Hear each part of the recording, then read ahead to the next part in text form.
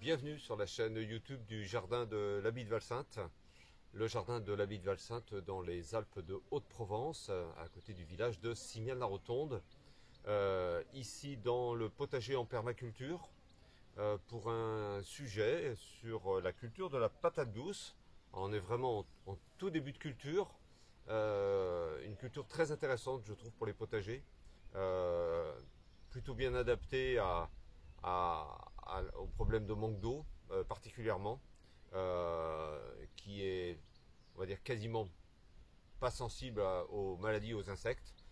Donc on peut vraiment la cultiver relativement facilement, surtout si on part du point de départ de cette culture.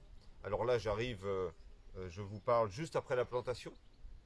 La culture en fait doit démarrer dès le mois de février, ou à partir d'une patate douce, d'un tubercule que vous aurez conservé, qui sera mis dans un pot avec du terreau et dans une serre ou dans une maison, en tout cas avec de la chaleur.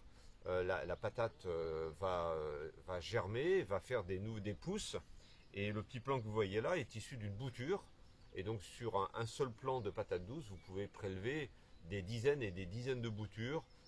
C'est vraiment un bouturage qui se passe très facilement, très simplement.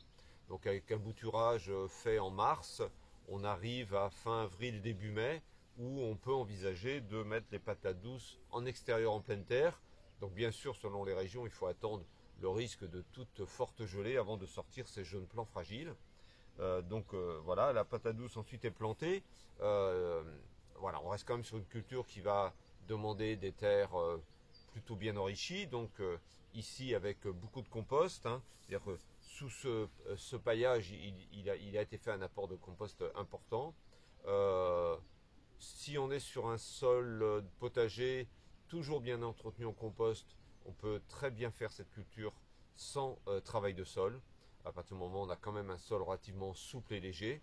Attention au sol trop argileux qui se compacte, où là il y aura peut-être quand même un travail de décompactage, de bêchage à faire, et toujours avec des apports organiques importants. Ensuite voilà, le plant de patate douce est planté. On n'hésite pas à bien enterrer la base de la tige, un peu comme on le fait sur les pommes de terre.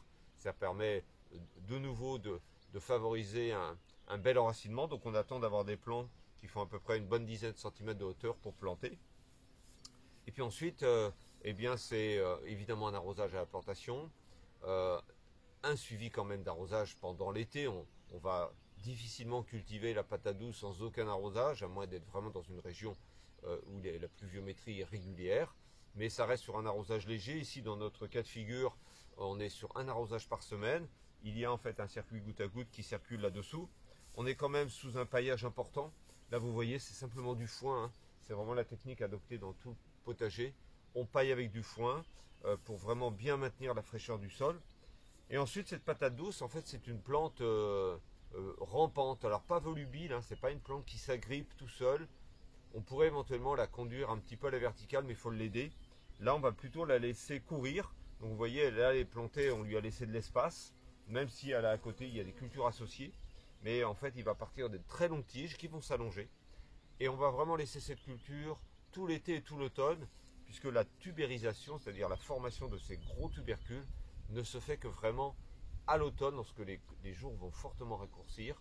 Donc on est sur une récolte à début novembre et pas avant, donc on n'est pas du tout dans le cycle classique des pommes de terre, hein. La patate douce, c'est vraiment une récolte fin d'automne, début d'hiver, avec quand même une capacité de conservation pour les patates douces. On peut les laisser en terre si on est bien sous paillage et dans des régions où les gels importants n'arrivent pas trop vite. Voilà, donc une culture très intéressante, accessible à tous. Donc évidemment, l'idée, c'est de garder au moins un tubercule en fin de saison pour pouvoir relancer ses boutures l'année suivante. Voilà.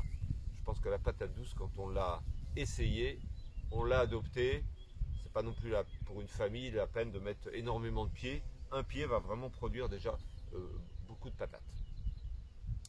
Merci de votre fidélité à notre chaîne YouTube. N'hésitez pas à laisser un avis, évidemment à liker, comme on dit, ou à partager cette vidéo que vous retrouvez donc sur notre chaîne YouTube, mais aussi directement via notre site internet www.valsainte.org, où vous retrouverez toutes les animations que l'on propose évidemment sur site. Quand c'est possible pour vous, venez nous voir dans ce jardin. À bientôt.